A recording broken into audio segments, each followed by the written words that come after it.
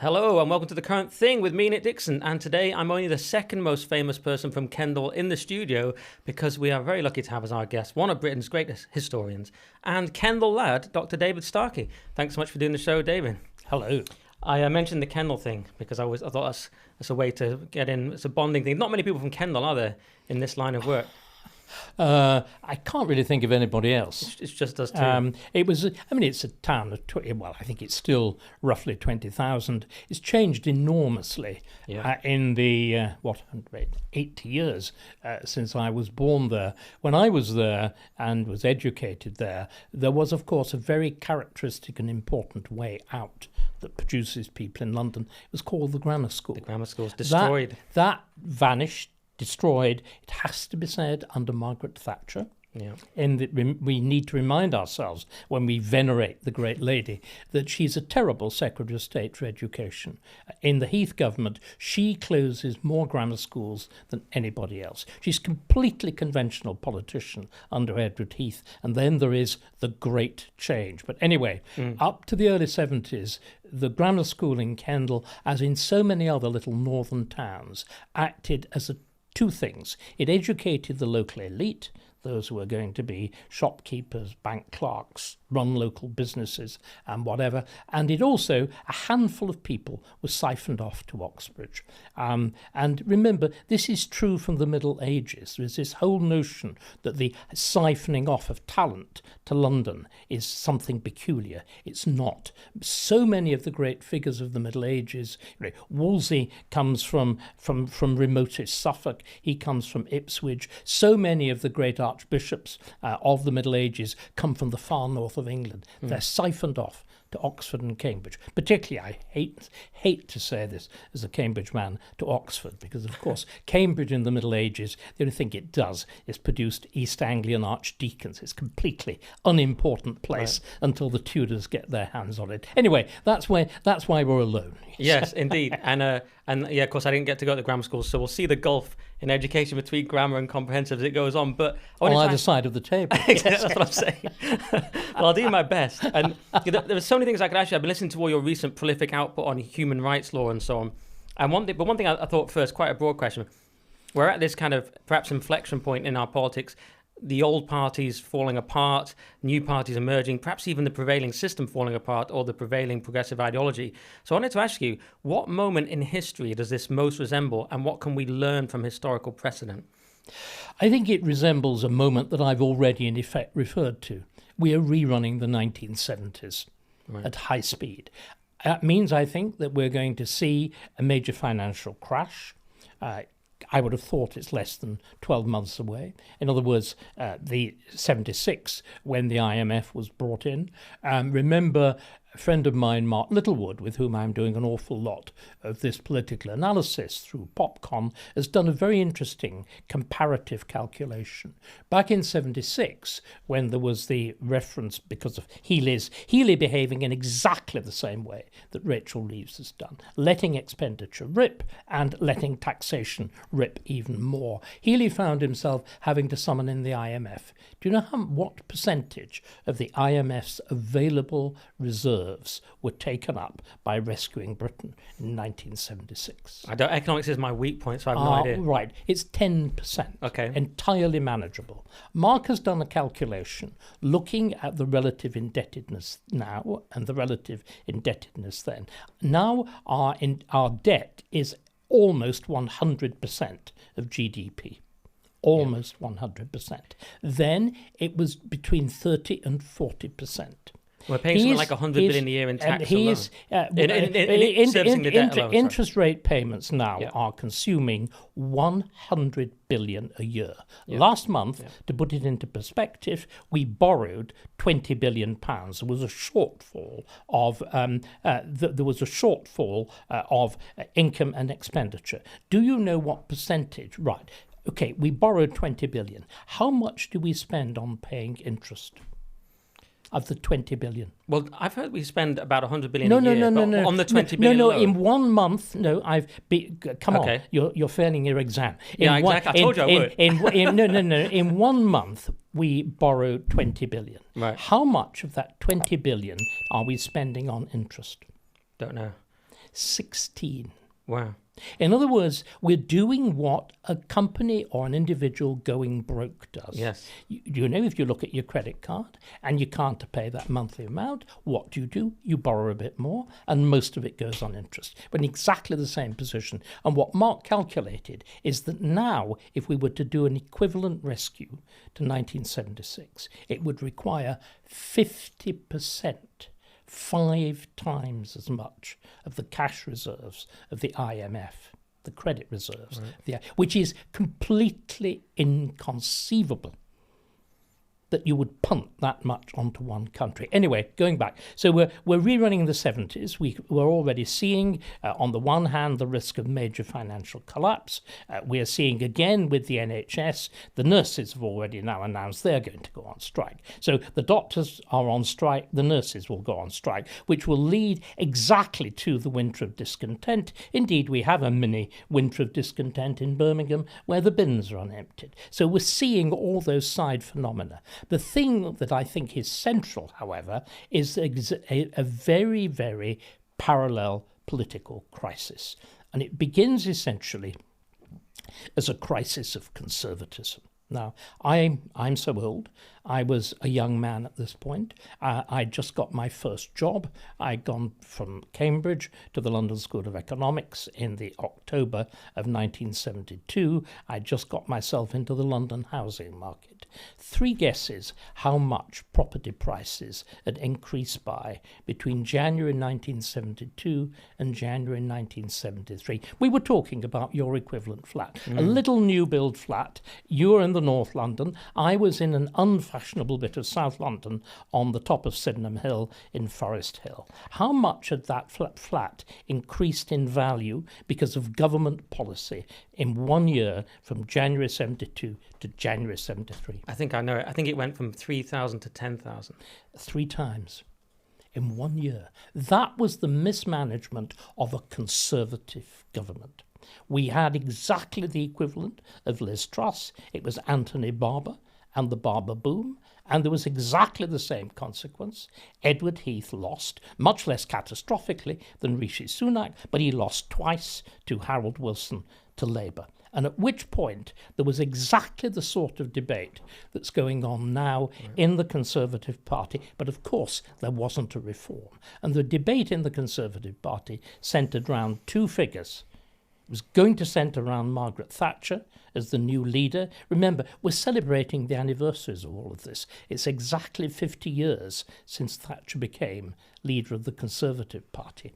And the key figure, though, the intellectual, the man who analysed it, the man who answered that question that you asked me back in the 1970s, Sir Keith Joseph. And the answer that Keith Joseph comes up with is the answer that I think answers your question today. Right. What he said was, I've called myself a Conservative, but I haven't been one. I've been a cabinet member of a Conservative government that's done nothing Conservative. So what's gone wrong is exactly the same as what went wrong from 1951 to the 1970s. From 1997 to 2010, you had the regime of Tony Blair and Gordon Brown. You had what, in retrospect, is the most constitutionally radical government in British history since Oliver Cromwell. Right? We've had a concealed, slow-burn revolution. In 2010, the Conservatives came in and they did nothing whatever about it. On the contrary, they actually entrenched it. So your point about the uniparty, which sounds such a slovenly term, the kind of thing that you say in the pub, actually is true. Mm-hmm. It's a sharp analysis, because if you look at many of the worst features we've just seen now, Chris Philp is largely responsible for the online safety bill, the Safety Act, the thing now that is going to gag in the hands of the Labour government freedom of speech more effective than anything else. It was Theresa May who in 2015 legislates net zero. It's under Theresa May, with that extraordinary woman, calling herself a conservative, Maria Miller, and with Penny Mordaunt also backing her, who begins the process of gender self-recognition, the whole nonsense of trans. And it is disgracefully, even more disgracefully, under David Cameron, that you get the beginnings of the non-crime hate incident, the foundation of the College of Policing and the whole of that lot. So you get the Conservatives continuing the disaster that Labour had begun. Now, what happened in the 1950s, 60s and 70s was exactly the same. Of course, then it's not Blair, it's somebody else. Again, fascinatingly, we're celebrating exactly the anniversary of the Attlee government, of Attlee coming to power in 1945. I mean, literally, this week, it's the 80th anniversary of the Attlee government.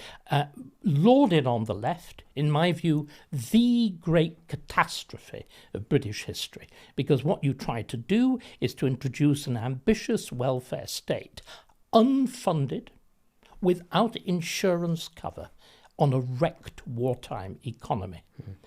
And of course you do it by means of full-scale socialisation. I mean, the nationalisation of all the commanding heights of the economy. Do you realise we even had a nationalised travel agency?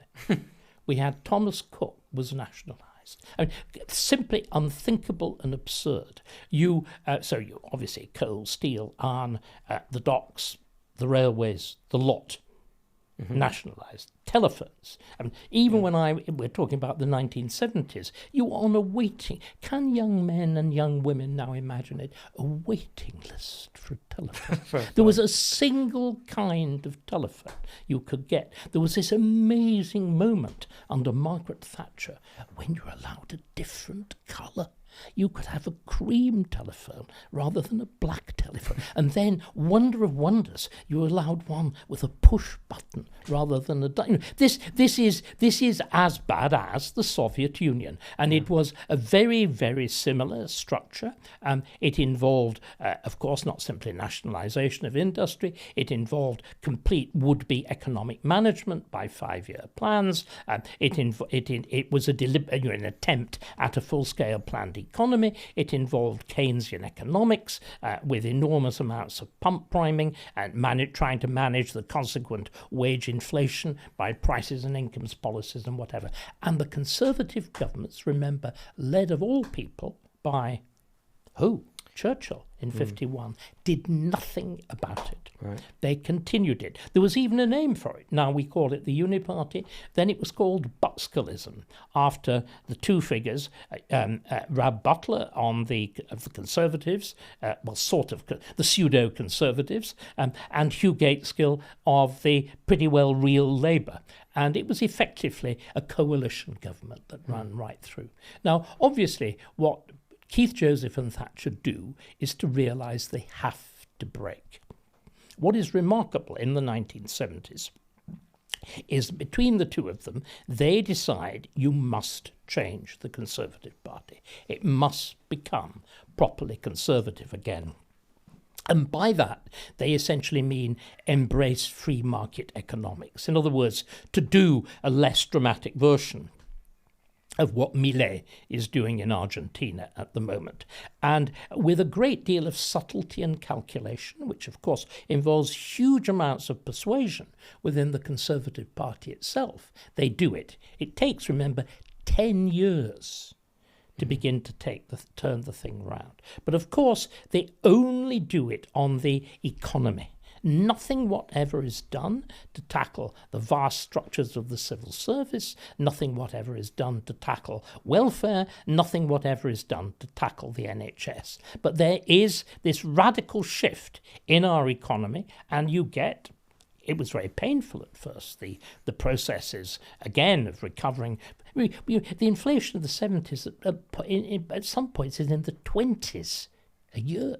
It's and you require savage interest rates well into the teens to start to pull the thing back. So it's an immensely controversial process. But Britain, from that point onwards, in the 80s and the 90s, paving the way for the election of Tony Blair, booms. There's this enormously long period of an economic boom. Now, you could argue, and we can discuss it later perhaps, that there's much of it that's superficial. It begins, of course, perhaps lethally, the processes of deindustrialization. It's the origin of the intense financialization of our economy, the swinging of it directly to the south, to London. Because remember again, the peculiarity, and I think it is a peculiarity, the only period that London has been rivaled as an economic centre in Britain is in the 18th and 19th centuries. With the Industrial Revolution, you get the importance of the central belt of Scotland, of Belfast, and of the great northern cities, and of South Wales because of industrialisation. But otherwise, remember, those places are of no significance whatever economically. I mean, Cardiff doesn't even exist before the late 19th century. Belfast is a village. Glasgow is a port and university town, but otherwise of no great significance either. So Thatcher then it shifts very sharply the economic register of Britain. She also has the great advantage of being able to do it within the Conservative Party because Edward Heath Sulk, her predecessor as Prime Minister, throws this Tory leader, throws this famous sulk. So she doesn't really need to distinguish herself very effortfully from the previous Conservative Party. It's done for her. Now, what I would suggest is we are now in exactly that same position all over again. Because although Blair and Brown, and particularly Peter Mandelson, you remember the gilded slug Peter, I know Peter quite well. I'm rather fond of him in a funny sort of way. Does he like that name? The last time I saw him, memorably, was on the night it was on the evening before he was due to fly out to DC to take up his position as ambassador. And he was in the Burlington Arcade, the heart of fashionable and expensive shopping in London, and he could barely walk with the number of carrier bags that he had. He'd been looting all the grand shops of the area, whether it was for fancy things to wear, whether it was for bribes for Trump and his entourage or not, I'm not sure. But he said memorably that he was completely happy with people being filthy rich, providing they paid their taxes. Right. And Thatcher again points out that she says, my greatest triumph is Tony Blair. She says that in 2002. But what Blair does, and actually I discovered very recently, Thatcher spots it as well, ahead of everybody else and certainly ahead of me, Blair begins something else, a fundamental change in how we are governed. And that's what we're dealing with. Blair transformed how Britain worked. It was particularly calculated as an attack on England and the old English constitution, because, of course, Britain is just an expanded version of England. And clearly, both Blair and Brown are Scots. They didn't want that. They wanted to turn us into a different sort of country. And you know what? I remember laughing complacently when Blair said, we're a young country. Do you remember all that kind of language? Which, of course, is where 800 years of continuous government is mad. But you know what? He was right. Between the two of them, they reinvented Britain. They made us this thing that's now called UK. That's what they did. And what we've really got to do, and what we should analyse this afternoon, is look at how they did it and why it's failed. And the only chance of our side recovering is that we realise our complicity in this process, that we apologise for it, and that we do something about it. And until we do that, we're lost. Right. So simply lost. I can see the many similarities. I think Corbyn's going to even bring back the telephone waiting list thing, but if he gets in. But the key difference there is, of course, do we have our Thatcher? And although we've criticised Thatcher on grammar schools, and you've said that it was economics focused and there wasn't enough social conservatism, do we have our Thatcher? Is Farage even similar in that he perhaps is, although now he's talking about nationalising steel and things, he's been seen as a Thatcherite more than a social conservative. So my question there is, do you have faith in reform to do the necessary reform? Well, no, I think the important thing is that we realise the task is completely different from Thatcher. Okay. It's a totally different task. Now, we will need a Thatcher in the sense of economic reform, because quite clearly, I discussed this, we are facing bankruptcy. Mm-hmm. And it's as simple as that. But I think that we've got really a whole complex of problems. There's an economic problem. There's a problem of actually governance, how we're governed or not governed, the fact that government has broken down. And there's also an enormous problem of the transformation of the population because of immigration. But what I want to argue is, and I think this is where I may be advancing an original argument, I think all three problems are very closely linked. I think they are actually tied together. And I think the important thing to do is to realise that you've got, therefore, to see them as a knitted together problem. Therefore, you've also got to decide where you start unpicking the ball. Mm-hmm. In other words, what do you have to tackle first? And I think what we've got to tackle first, and it sounds very abstract, I really do think it's the constitutional and the legal changes. Now, that again sounds terribly airy-fairy. The chap at the pub doesn't particularly worry his head about the constitutional and legal changes. But if you actually look at why suddenly the whole business of the shutting down or partial shutting down of easy access to X has become so much a matter of the moment, why has it happened in the last 3 days? Because an Act of Parliament has come into force. It's because the changes have been embodied in law. Again, everybody talks, there's an entire body, people like the New Culture Forum, tackling the extraordinary changes in ideas, the whole business of trans, the whole idea of multiculturalism and whatever. Why are they so embedded in England, when we all know these are things which are they're affectations of the lanyard-wearing classes, in that wonderful phrase? Why do they have such an absolute grip? Why is the case in NHS Fife? Why is this clearly immensely hard-working, sensible, level-headed nurse suddenly being subjected to all of this? It's because it's embodied in law. Blair was a lawyer. Key figures in his circle, like Jack Straw, Charlie Faulkner, were lawyers. They got their hands on the law.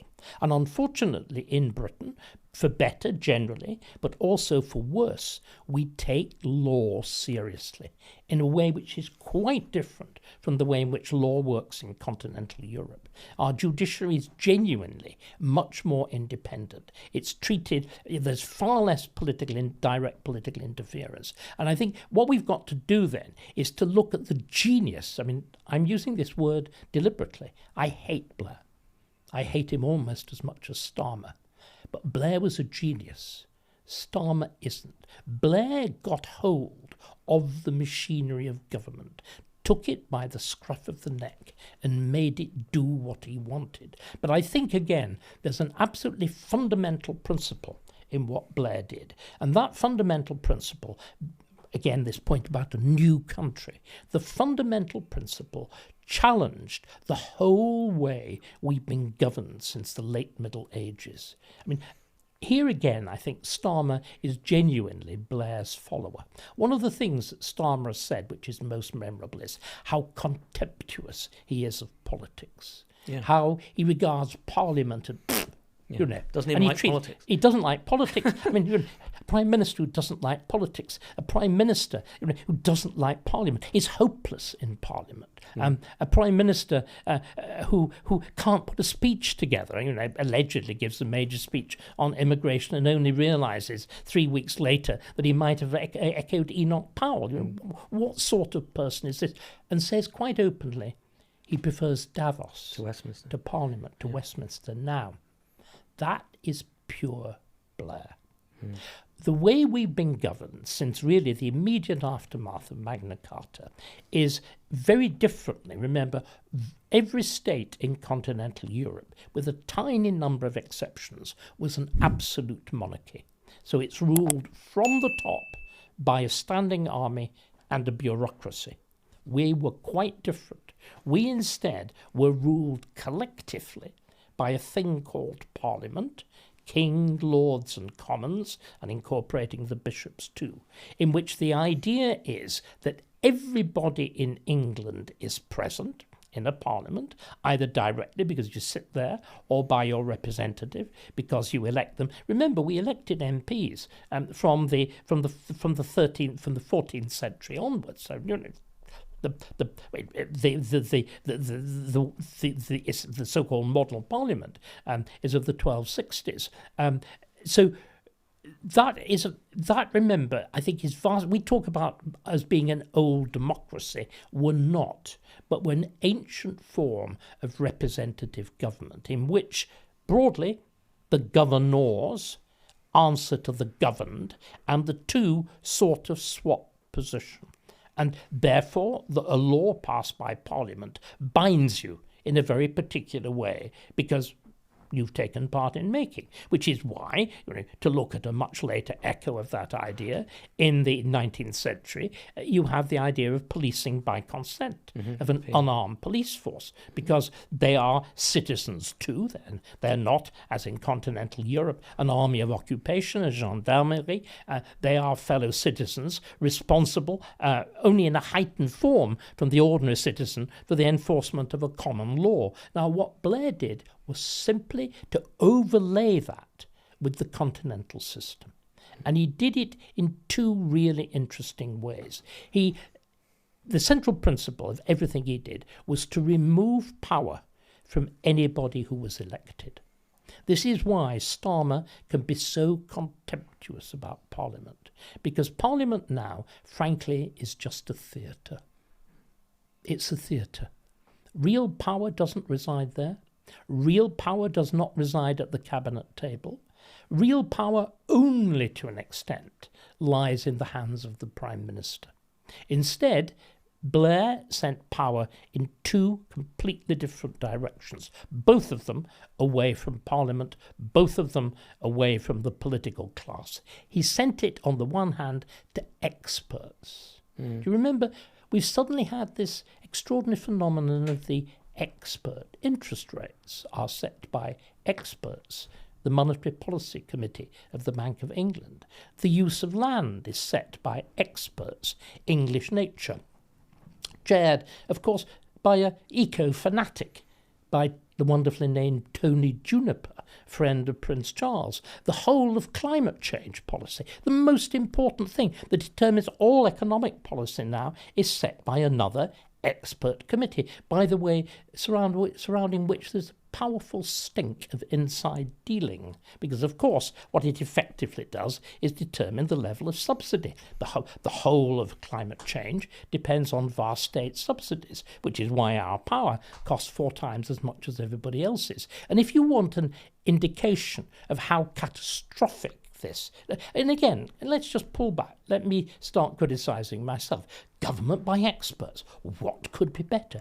People who really know. People who are fully informed. People who've got all the facts like me at their fingertips. What could possibly be better? What could go wrong? I mean, there's even a great philosopher who talks about it. One of the 2 first great philosophers, Plato.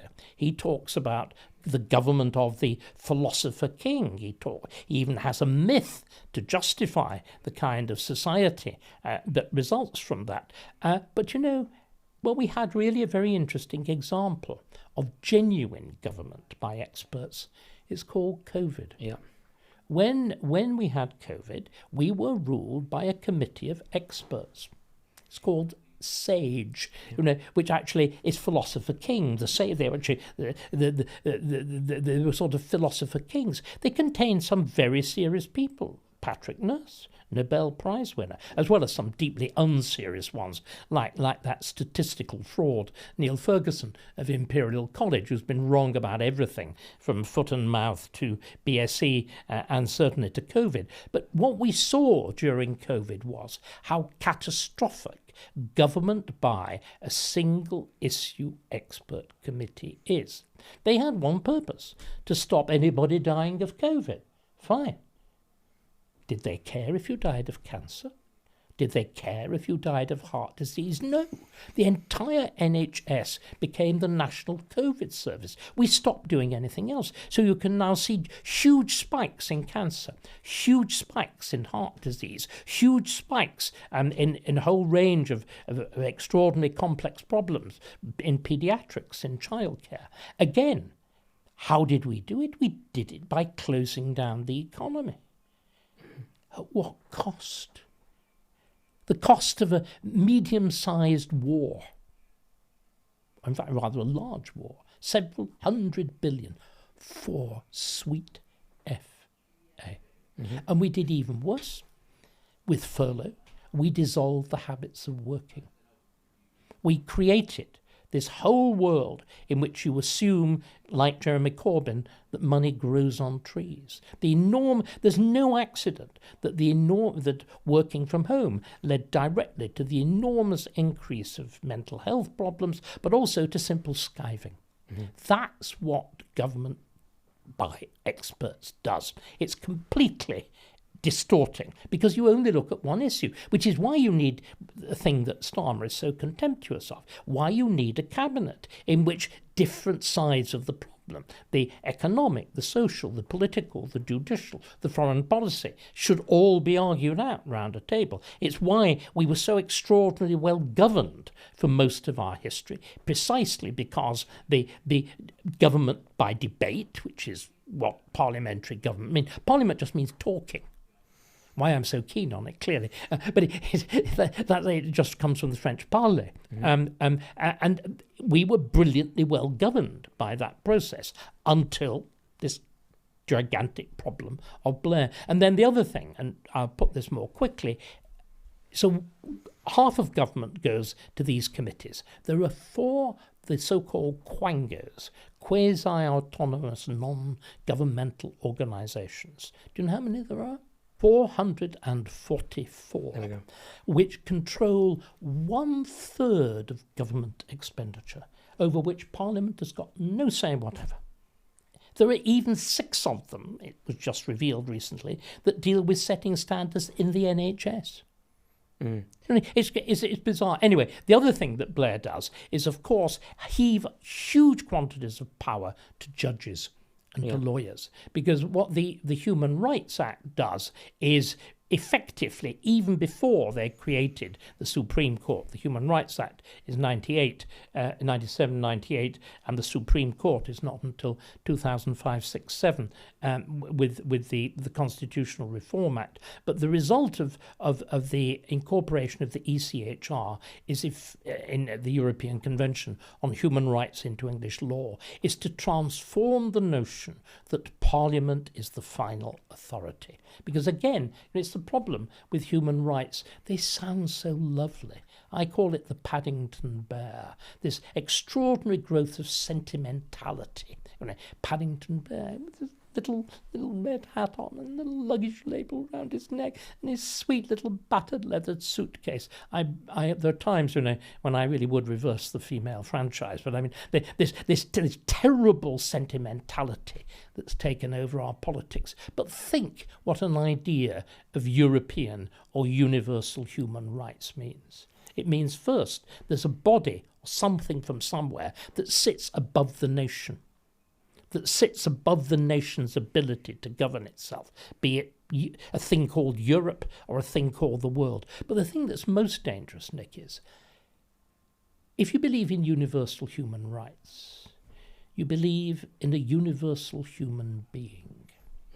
we began talking about a little place in the north of England that's common to both of us, to those memories of place, of tradition, of a parish church, the oldest bit of which goes back to the 12th century, slowly expanded in the great period of Kendal's prosperity in the 16th and 17th century, to a school founded in 1526, fused with another school founded in the late 17th century, to cobbles and slate and place, and things which are very, very specific, but not if you believe in the universal human being. This is the problem, that Blair and Starmer, and still worse, the current Attorney General, Lord Hermer, genuinely believe that all human beings are fundamentally the same. This means that, it cuts both ways. Why was Blair so keen on invading Afghanistan? Why so keen on invading Iraq? Because they partly, in the case of Iraq, it was partly vengeance. It was a pure vengeance of George W. Bush for 9/11 and whatever. But the essential notion, and it was particularly clear by the time, admittedly under Cameron, that you got to Afghanistan, the idea that these people wanted to be like us, right. that mysteriously we will be welcomed with open arms, that really all they wanted was to wear Levi's, eat McDonald's, and for the girls to wear miniskirts. We actually fought, it was openly said, we were fighting a war in Afghanistan for free female liberation. It is simply demented. But that's what happens. But you see, it cuts the other way. It means, of course, that if people from Afghanistan, refugees from wars which you could argue we created, or Iraq or wherever, want to come here, well then of course they will settle down in 5 minutes, won't they? Or even somebody from Rwanda, famously, will become a sweet little Welsh choir boy within one generation. This is the problem. This is the heart of this process, and until we recognise this, until we strip ourselves of this sentimentality, we will get nowhere. So what I'm trying to say is, at this enormous length, because I've been trying to give you the big picture, the state that Blair created, the state of the quangos, the state of government by lawyers, and above all, combined with that, transforming the population of Britain by that process of immigration, created a new country which doesn't work. Right. A new country that has a binding ideology which nobody believes in, which is why increasingly we're having to resort to law to suppress people's opinions, why we're seeing something that simply isn't a tradition in Britain. In France, in Ireland, over much of the world, there's a tradition of public violence, there's a tradition of demonstrations and whatever. We do not have that because we had a politics that could contain it. It doesn't anymore. Yeah.